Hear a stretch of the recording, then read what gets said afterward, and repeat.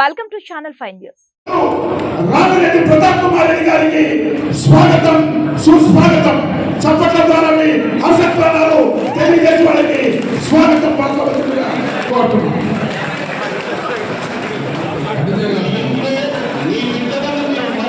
మొట్టమొదటిసారిగా వైఎస్ రాజశేఖర రెడ్డి గారి చిత్రపటానికి పూలమాల వేసి ఆయనకి నివాళులు అర్పించవలసిందిగా కోరుతున్నాం. గారికి అలాగే రాజ్యసభ సభ్యులు బీదా మస్తానరావు గారికి అలాగే కొండూరు అనిల్ బాబు గారిని ఆప్కాబ్ చైర్పర్సన్ అలాగే ఏఎంసీ చైర్పర్సన్ సన్నిపూర్ణ ప్రసాద్ యాదవ్ గారిని అలాగే అల్లూరు మండల అధ్యక్షులు గౌరవనీయులు మాన్యశ్రీ దండా కృష్ణారెడ్డి గారిని అలాగే మాన్యశ్రీ గౌరవనీయులు బీదా రమేష్ యాదవ్ గారిని అల్లూరు రూరల్ మండల అధ్యక్షులు అలాగే జిల్లా వాణిజ్య విభాగం అలాగే కుందుర్తి శ్రీనివాసు గారు రాష్ట్ర శ్రీనివాసు నాయుడు గారిని అలాగే న్యాస్ మీద మాజీ కౌన్సిలర్స్ వీళ్ళందరూ కూడా పిచ్చోళ్ళని కూడా ట్రాన్స్ఫర్ కావాలి. అలాగే జెడ్పీటీసీ సభ్యులు అలాగే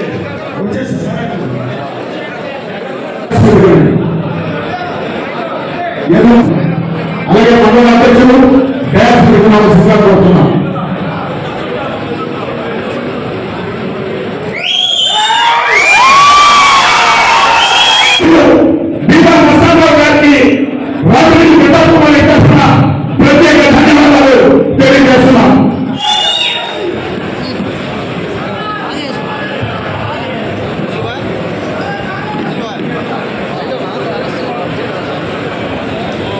ఈరోజు పట్టణాధ్యక్షుడు ఈరోజు కావలి నియోజకవర్గ సర్వసభ్య సమావేశానికి విచ్చేసిన పెద్దలు గౌరవనీయులు మన రాజ్యసభ సభ్యులు అదేవిధంగా జగనన్న ఆశీస్సులతో నెల్లూరు పార్లమెంటు అభ్యర్థిగా పోటీ చేయబోతున్న శ్రీ వేణుగోపాల విజయసాయి గారికి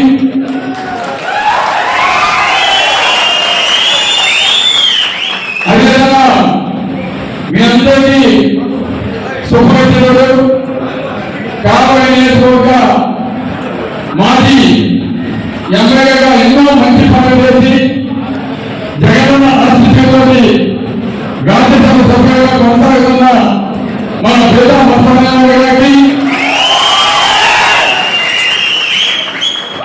అదేవిధంగా సోదరుడు కందుకూరు నియోజకవర్గ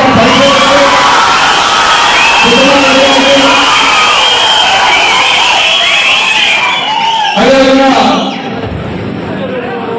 కావలి పట్టణ అధ్యక్షుడు సోదరుడు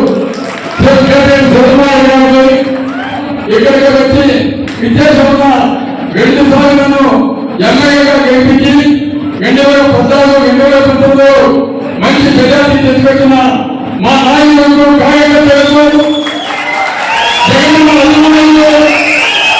అందరికీ చేసి నమస్కరిస్తున్నాను. మన నియోజకవర్గాన్ని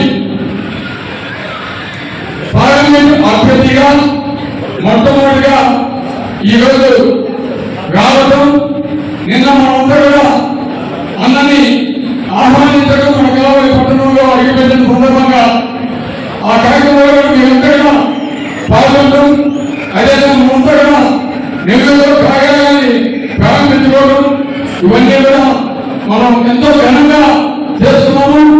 అదేవిధంగా ఈరోజు విజయసాయి మన కావలికి కావడం సర్వపక్ష సమావేశంలో పాల్గొంచుకోవడం నిజంగా మనందరి అద్భుతమైన కావలి శాసనసభ నియోజకవర్గం రాజకీయ చైతన్యానికి, ప్రగతిశీల రాజకీయాలకి పెట్టింది పేరు కావలి నియోజకవర్గం.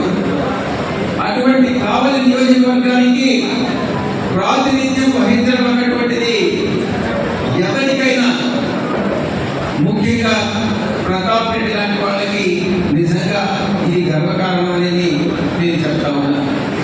ఎందరో రాజకీయ ఉద్దండులు ఈ యొక్క కావలి నియోజకవర్గానికి ప్రాతినిధ్యం వహించారు.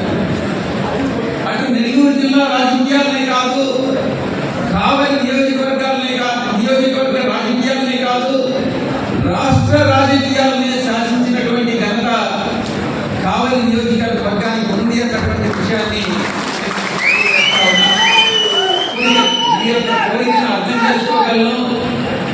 మీ యొక్క కోరికను అర్థం చేసుకోగలను. మీ యొక్క ఆకాంక్ష ప్రతాప్ ని మంత్రిగా చూడాలన్నటువంటిది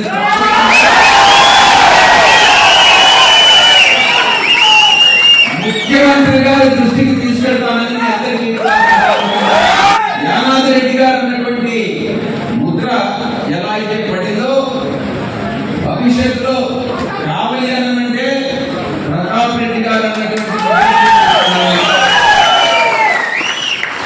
అందుకే రాబోయేటటువంటి 2024 మరి 2 నెలల కాలంలో జరగబోయేటటువంటి 16వ ఆంధ్ర రాష్ట్ర శాసనసభకు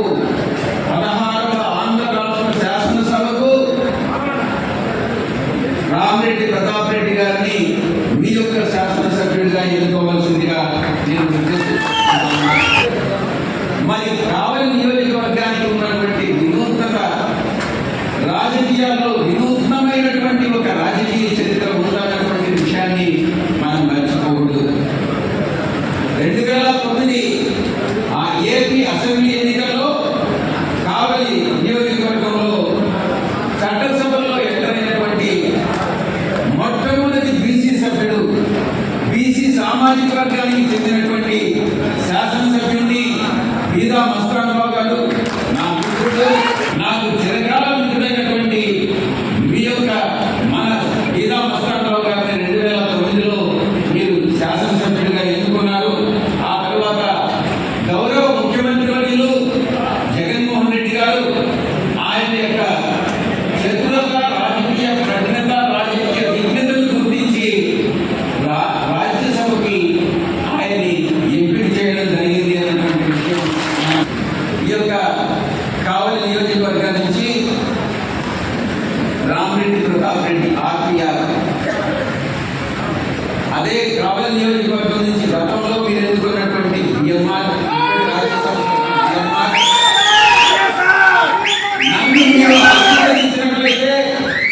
నన్ను మీరు ఆశీర్వదించినట్లయితే నెల్లూరు పార్లమెంట్కి నేను ఎంపిక కాబడతా.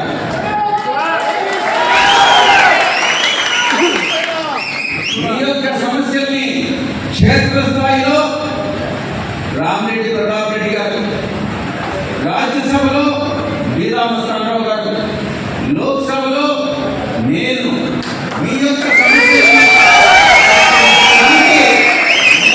సిద్ధంగా ఉన్నాము. మన కావలి నియోజకవర్గ అభివృద్ధికి ముగ్గురు అందరితో కూడా కలిపి కృషి చేస్తామని మీ అందరికీ కూడా సభాముఖంగా తెలియజేసుకుంటా ఉన్నా. నియోజకవర్గంలో 1,998 హౌస్ హోల్డ్స్ ఉన్నాయి. 2,55,000 ఓటర్స్ ఉన్నారు. మొత్తం బెనిఫిషియరీస్, దీంట్లో లబ్ధిదారులు 1,78,700 మంది ఉన్నారు. మనం లబ్ధి చేకూర్చింది 1,516 కోట్ల రూపాయలు కావలి నియోజకవర్గానికి 5 సంవత్సరాల కాలంలో మనం ప్రజలకు లబ్ధి చేకూర్చాం. శాసనసభ్యులు ఒక విషయాన్ని నా దృష్టికి తీసుకొచ్చారు.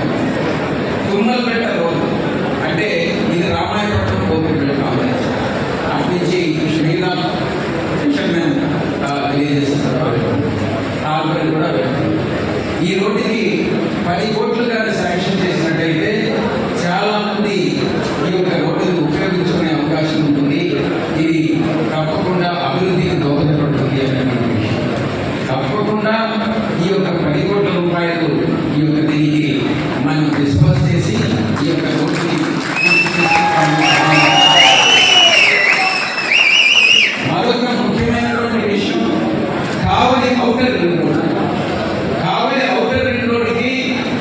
ల్యాండ్ అక్విజిషన్ పూర్తయింది, కానీ రోడ్డు నిర్మాణం కంప్లీట్ కాలేదు.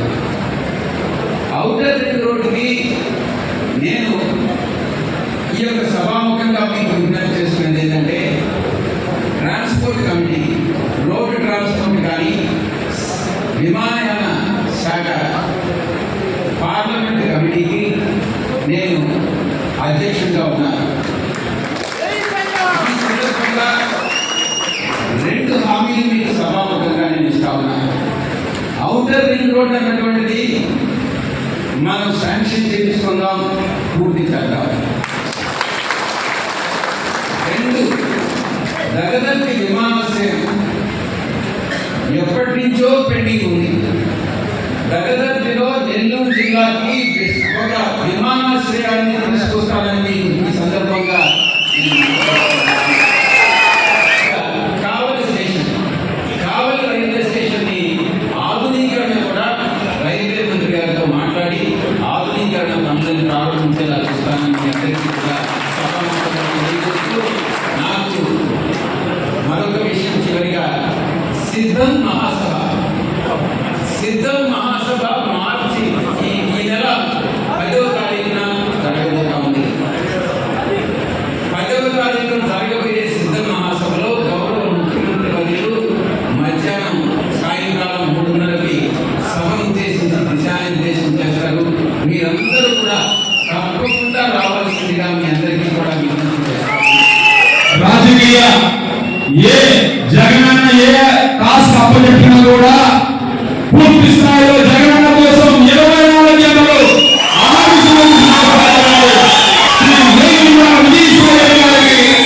అలాగే మన పెద్దలు రాజ్యసభ సభ్యులు కావలి నియోజకవర్గంలో రాబోయే శాసనసభ పార్లమెంట్ ఎన్నికల్లో శ్రీకృష్ణుడు పాత్ర పోషిస్తూ ప్రధానంగా మనందరికీ నాయకత్వంలో మరొక గదా మస్తారావు గారికి, అలాగే మనందరి ప్రీతమ నాయకుడు, మనందరినీ కూడా ఈనాడు 13 సంవత్సరాలు అయిపోతుంది ఆదరించి 2 సార్లు శాసనసభకి జగనన్నకి కానుక పంపించి ఈనాడు 3వసారి మళ్ళా రణరంగంలో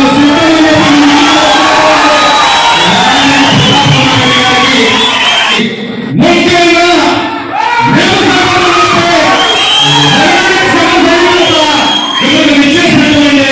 వైఎస్ఆర్ కాంగ్రెస్ పార్టీ నాయకులకు, కార్యకర్తలకు, ప్రతి ఒక్కరికి కూడా నా హృదయాంతరం గురించి శిరస్సు గురించి ప్రత్యేక ధన్యవాదాలు తెలియజేసుకున్నాను. వైఎస్ఆర్ కుటుంబంలో ఈనాడు చాలా సంతోషంగా ఉంది. ఎందుకంటే ఈనాడు మీరు చప్పట్లో విజిల్స్ ఇప్పుడు పాలు వేయాల్సింది మనం రాబోయే 2024 పార్లమెంట్ ఎన్నికల్లో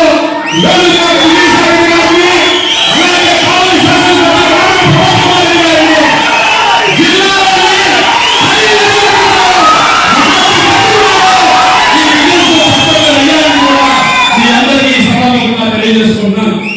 ముఖ్యంగా కుటుంబంలో చిన్న సమస్య వచ్చిన మాట వాస్తవం, కానీ